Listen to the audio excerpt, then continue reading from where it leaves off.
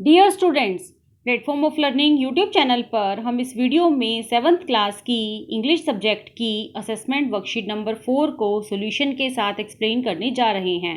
Video को पूरा ज़रूर देखें और यदि आपने अभी तक चैनल को सब्सक्राइब नहीं किया है तो इसे सब्सक्राइब ज़रूर कीजिए।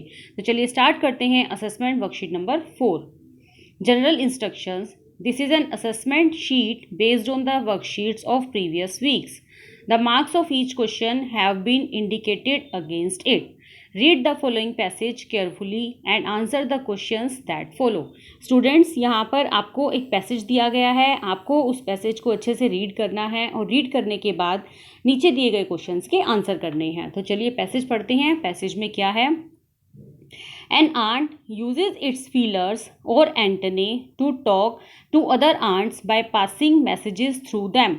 स्टूडेंट्स, यदि आपको याद हो, ये पैसेज मैं आपको पहली वर्कशीट में करा चुकी हूँ, जिसमें आंट के बारे में बताया हुआ है कि आंट कितने टाइप की होती हैं, वह किस तरह से अपनी दूसरी आंट के साथ बात करती हैं, उनसे मैसेजेस कन्वे करती हैं, वो किस तरह से अपने छोटे छोटे आंट्स के लिए खाना इकट्ठा करती हैं, किस तरह से उनकी केयर करती हैं। तो चलिए यहाँ पर हम पढ़ते हैं कि क्या बोला है।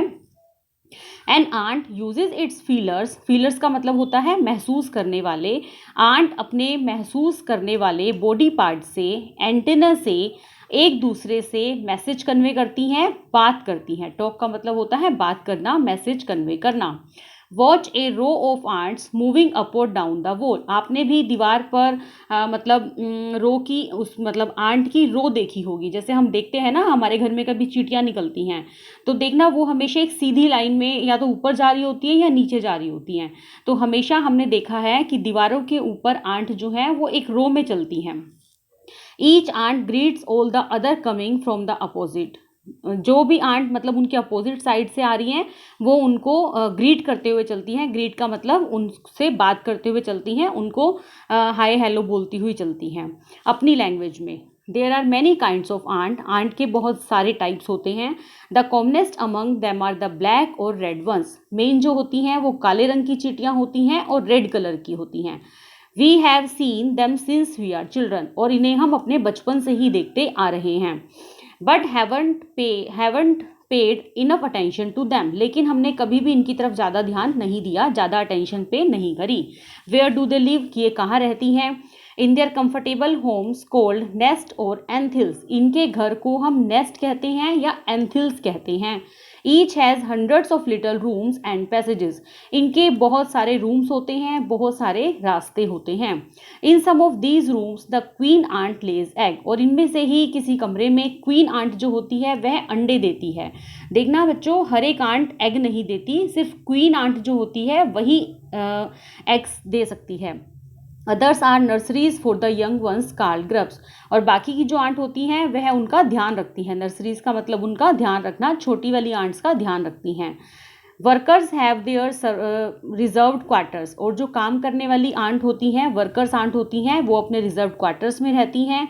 दे spend most of their time searching for food. उनका मेन काम क्या होता है? फूड को सर्च करके लाना। Some room serve as store houses for this food. और उनके घरों में कुछ ऐसे स्टोर हाउसेज बने होते हैं जिसमें वो अपना खाना इकट्ठा करके रख लेती हैं। Soldiers have separate barracks. Soldiers ant जो होती हैं वह अलग से बैरक्स में रहती हैं। बैरक्स क्या होता है? जैसे पुलिस क्वार्टर होता है, आर्मी के लिए क्वार्टर होता है, इस तरह से। तो सोल्जर्स आंट जो होती हैं वो अलग से अपने बैरक्स में रहती हैं। No workers has ever tried to live in a soldiers house. कोई भी वर्कर आंट सोल्जर हाउस में नहीं जा सकती। No soldier has ever gone out searching for food. कोई भी सोल्जर आंट जो है वो खाना सर्च करने के लिए नहीं जाती। नो वर्कर और सोल्जर और cleaner has ever harmed A grub. ना तो कोई वर्कर आंट, ना ही कोई सोल्जर आंट, ना ही कोई क्लीनर आंट किसी भी ग्रब को, ग्रब कौन थी? जो नन्ही बेबी आंट होती हैं, उनको हार्म नहीं करती, उनको नुकसान नहीं पहुंचाती। So you see an ant's life is very peaceful. इसलिए हम कह सकते हैं कि आंट की जो लाइफ होती है वो बहुत ही पीसफुल होती है। Each does its share of work intelligently and bravely. हर एक अपना काम बहुत इंटेलिजेंट तरीके से, ब्रेवली तरीके से सॉल्व करती हैं, शेयर करती हैं।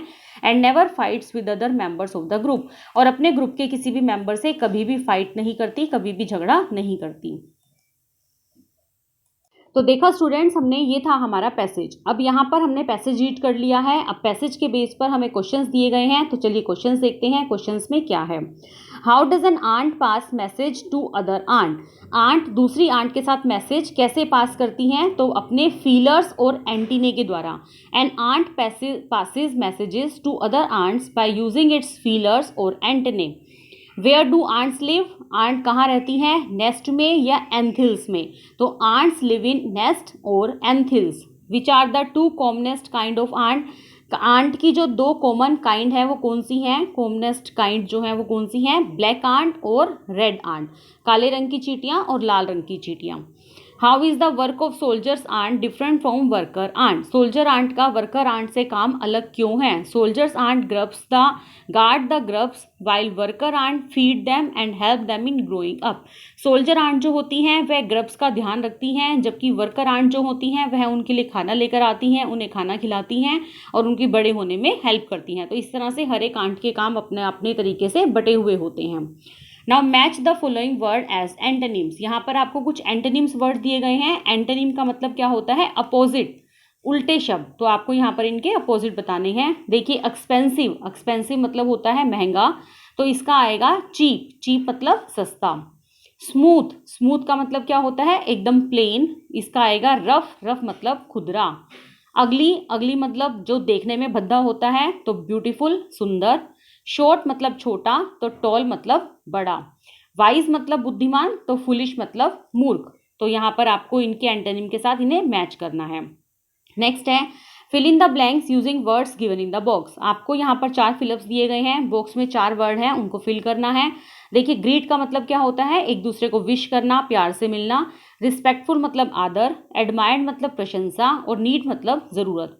तो देखिए, फर्स्ट सेंटेंस क्या है? The school is widely dash for its excellent teaching. The school is widely admired for its excellent teaching. School की हमेशा उसकी टीचिंग के लिए प्रशंसा की जाती है। तो यहाँ पर क्या आएगा? Admired. We should receive guest with a dash attitude. हमें हमारे घर में जो गेस्ट आते हैं उनसे कैसे मिलना चाहिए? रिस्पेक्टफुल एटीट्यूड के साथ, उनका आदर करते हुए मिलना चाहिए। There is an urgent dash for shoulder. There is an urgent need for shelter. हमें हमेशा शेल्टर की आवश्यकता होती है। Always stand and greet when someone comes to your home. जब भी तुम्हारे घर में कोई आता है तो हमेशा खड़े होकर और ग्रीट मतलब उन्हें प्यार से ट्रीट करना चाहिए जब भी कोई तुम्हारे घर में आए। नेक्स्ट है राइट 3 लाइन्स ऑन एनी पेट। किसी भी पेट के ऊपर 3 लाइन लिखिए। तो लिखिए माई पेट नेम इज XYZ। यहाँ पर आपको अपने पेट का नेम लिखना है। पेट कोई डॉग हो सकता है, कैट हो सकता है, पैरट हो सकता है, कोई भी बर्ड हो सकता है। तो यहाँ पे उसका नाम लिखिए आप। My pet name is XYZ। It is black colour. I usually play with him for a long time after finishing my homework.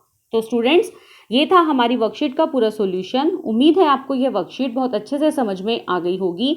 फिर भी यदि आपको कोई डाउट है या कोई क्वेरी है तो वीडियो के कमेंट सेक्शन में ज़रूर पूछिए। मैं आपके कमेंट्स का जल्दी से जल्दी रिप्लाई करने की कोशिश करूंगी। वीडियो को लाइक और अपने फ्रेंड के साथ शेयर ज़रूर कीजिए। Thanks for watching. Have a nice day.